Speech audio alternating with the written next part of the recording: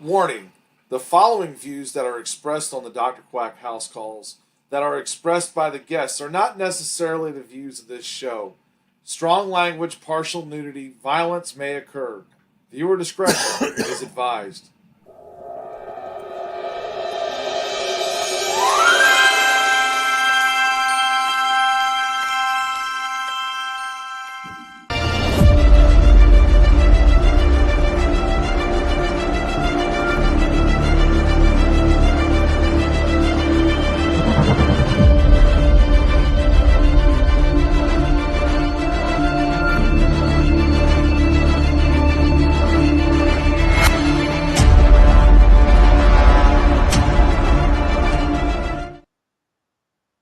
Hello, everyone. Welcome to the House Calls. I'm Dr. Quack, and we got a big interview here tonight because we got a man who wanted to come out here. He wants to talk about a lot of things from Heart and Soul Promotions, ladies and gentlemen. Joey D.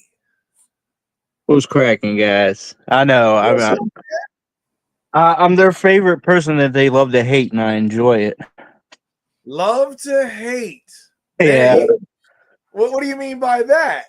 Oh, everybody likes saying something, so I'm in everybody's head just dancing like a little Irishman.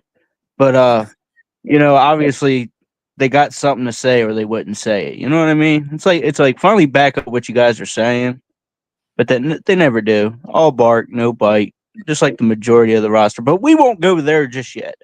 Oh boy. Well, you can definitely tell we got some fiery stuff to say. So I got a question here. Who is Joey D?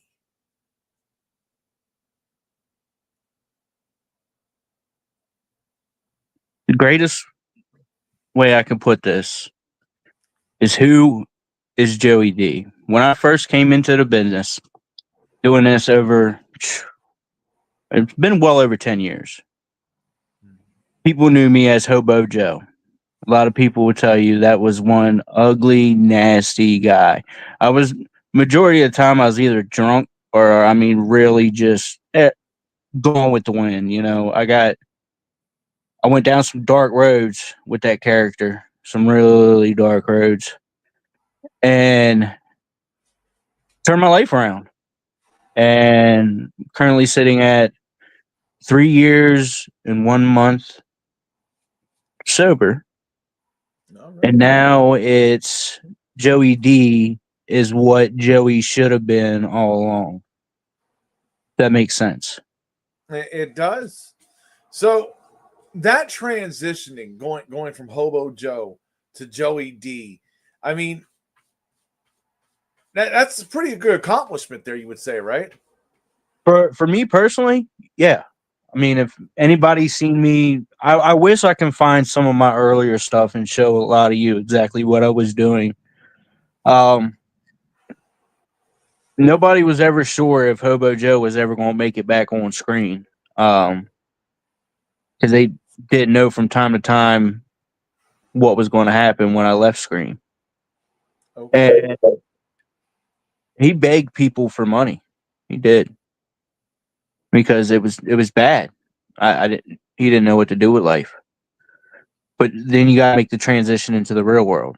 And what a lot of people don't understand is I'm still transitioning into the real world. I don't know what the real world is. For 16 years, well, yeah, since I was 18 years old, I have been on a path of homelessness and addiction. And it took me through some wild rides.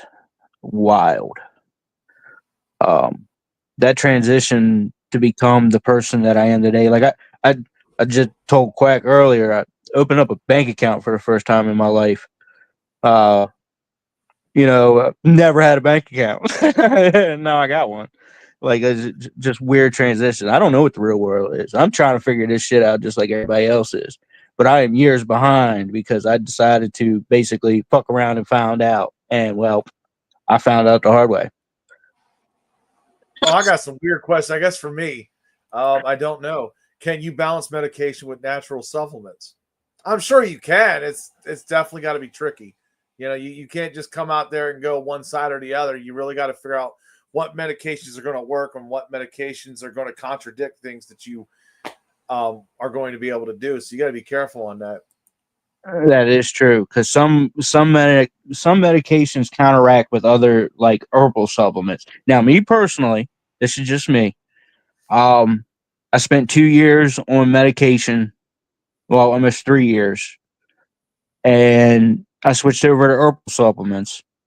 I actually just got back from the doctor's today, talking to my doctor, and told her that I still needed my medication and my herbal supplements. Yeah. And so she got me back on it. So I'll be transitioning again by taking medication and herbal supplements. So I may not be able to do supplements, but it is what it is. I got to find the balance. That you do. Let's get into this though, because I want to ask you something here, because it seems like in heart and soul, you don't seem to have the respect that other ones do. Why would you say that is? Because, like I said earlier, I'm their favorite one that they love to hate. Nobody wants to really admit, hey, you know, he's actually pretty good. You see him transitioning. He's evolving and developing and all that.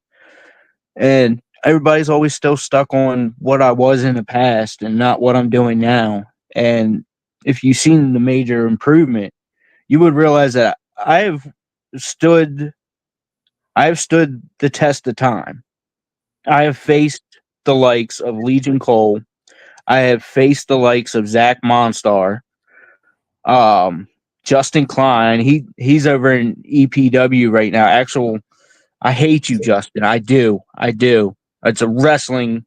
He's Whole other story. Anybody who knows Justin Klein will tell you Justin Klein was like 10 years ago, he wouldn't make it anywhere because he would probably be that guy that's going to get booted.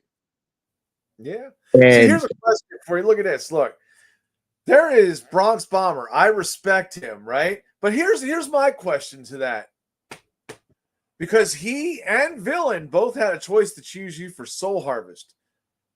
And you didn't get picked, correct? You did not get picked.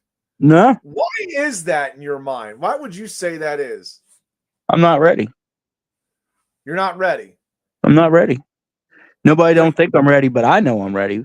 I think it just comes down to the point that everybody underestimates every little bit that I do. But if it comes to battle of wits or if we're going hand to hand, either way, I'm gonna smack you and you're gonna feel it. And people don't like the realness, they don't like the rawness, they just don't like the unfiltered that comes with me half of the time. And that's why I didn't get picked. okay. They didn't And want that's me to go. They didn't want me to go in there and straight body the whole other team because Lord knows that I've been sitting and watching since I haven't been really doing much.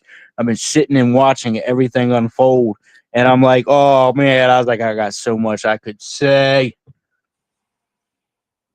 well, that makes a lot of sense. I mean, you had that situation. You were in the SME tournament, correct? Yes, Who did you take on there? Danny Darko. Danny Darko. And how did that go? I've known Darko for years. As soon as that match was announced, he hit me up because we've been waiting. We've been waiting for this opportunity. And so when we talked about it, we actually we bounced ideas off of each other. We were like, "Yo, let's just do what we normally do and see if they like it." And I didn't really advance, and that's cool. But I got to face Darko, and that's what mattered to me. Okay. Yeah, I mean, I saw a lot in the comments. A lot of people were saying during that show that you were actually doing better. Like people saw the improvement in you. So, I mean, there's people out there that do see it. But But here, all right, let's do this here because, this is part of the therapy I always give on the house calls. Let's do some word association. I'm going to give you a name or a subject, and by all means, you go ahead and give your thoughts on it. And since he's here, I might as well go ahead with it. Go ahead, Bronx Bomber. homie. Yeah, do you have anything you want to add to it? You can. Oh, you want me to elaborate? You look, all right. You can. Bronx has been my homie now for a while too, man. He actually made a badass intro for me at one point in time, which I actually think I sent you. You did. Bronx made that for me. And so me and him, we go like way, way back. And we've had opportunities here and there, but we never really had like an opportunity to actually like sit there and body one another because it's a unique thing. It's the North versus the South. I'm in West Virginia. They're up in New York and all that fun jazz. Like it's a two class of styles, and people just I don't know. But we need to. Me and Bronx do need to go at it, and he knows what's going to happen. And just like Yeah, the North-South connection, correct? Yeah, that's how that came about. Here you go. I'm gonna give you a few more names here. Let's go with A-List Alverson.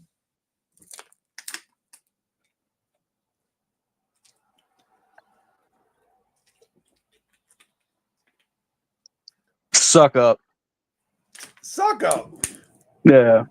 Why you say suck up? He likes to suck on the booty hole all the time. Is what he does. So, how do you feel about it? Do you feel he's underrated, overrated? If you want to know my honest opinion, and this is Joey D talking, Joey I think D. he's fake. I think he's phony. Everything about him just screams phony. And God, would I love to just slap the taste right out of his mouth. You have picked up a fan here. I will tell you that. This guy is definitely listening to what you're saying. That is awesome. But yes. Okay, so yeah, you don't really like it. I know you've wanted to take him on when he was a Soulfire champion, when you've wanted to have a match with him. He's no longer the Soulfire champion. Let's go into that guy. That would be Dante Black. respectable. Respectable. Yeah. Well, why is he respectable? Me and him go way back too. I've been in the business too long. I got to meet a bunch of these young guys like whiles and whiles ago. So I know all these young guys, and uh, just some of the things he's done, and I've seen his career, and I've watched him develop, and it was a unique experience to see that, Okay. but There definitely you respectable. go. Respectable. Shady McKenzie. Look, I'm gonna give you a couple words on Shady. All right, me and Shady, we need to like.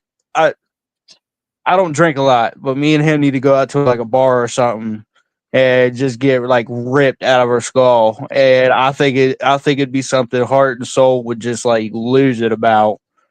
Um, but yeah, Shady's pretty cool. I like Shady. Shady knows it. He's got my respect. Okay. Let's see. Anybody else I can think of? Here we go. I'm curious your thoughts because you've been paying attention to the page and you've been seeing some hypes from TDC. How have you felt about them? Uh, and this is my honest opinion. Mhm. Um, team wise, I don't like teams. I don't. I don't like being part of tag teams. I don't like being part of stables. I don't like being part of none of that. Right. Me personally, um, hold on, I live in like the ghetto of West Virginia. Somebody who's being a jackass. Oh boy. It's like 6 o'clock at night, and everybody knows that their kids on here that's going to sleep here soon.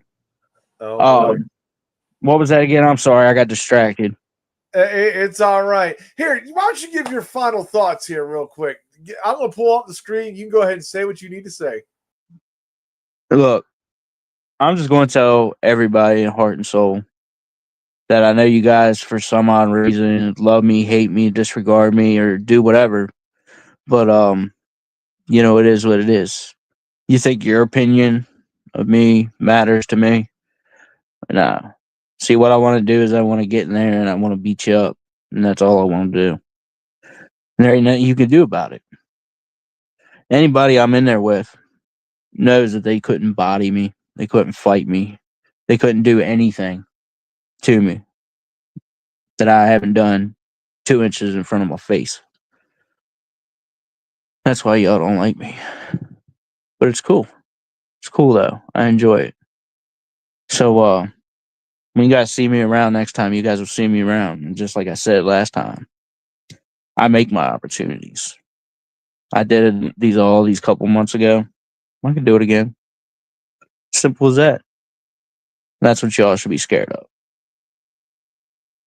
But that's my final thoughts. All right. Well, thank you so much, Joey D, for coming on. Definitely be on the lookout here. Thanksgiving Eve, we will be having Soul Harvest 4. We will be having some other interviews. They'll be coming out here. Check us out then.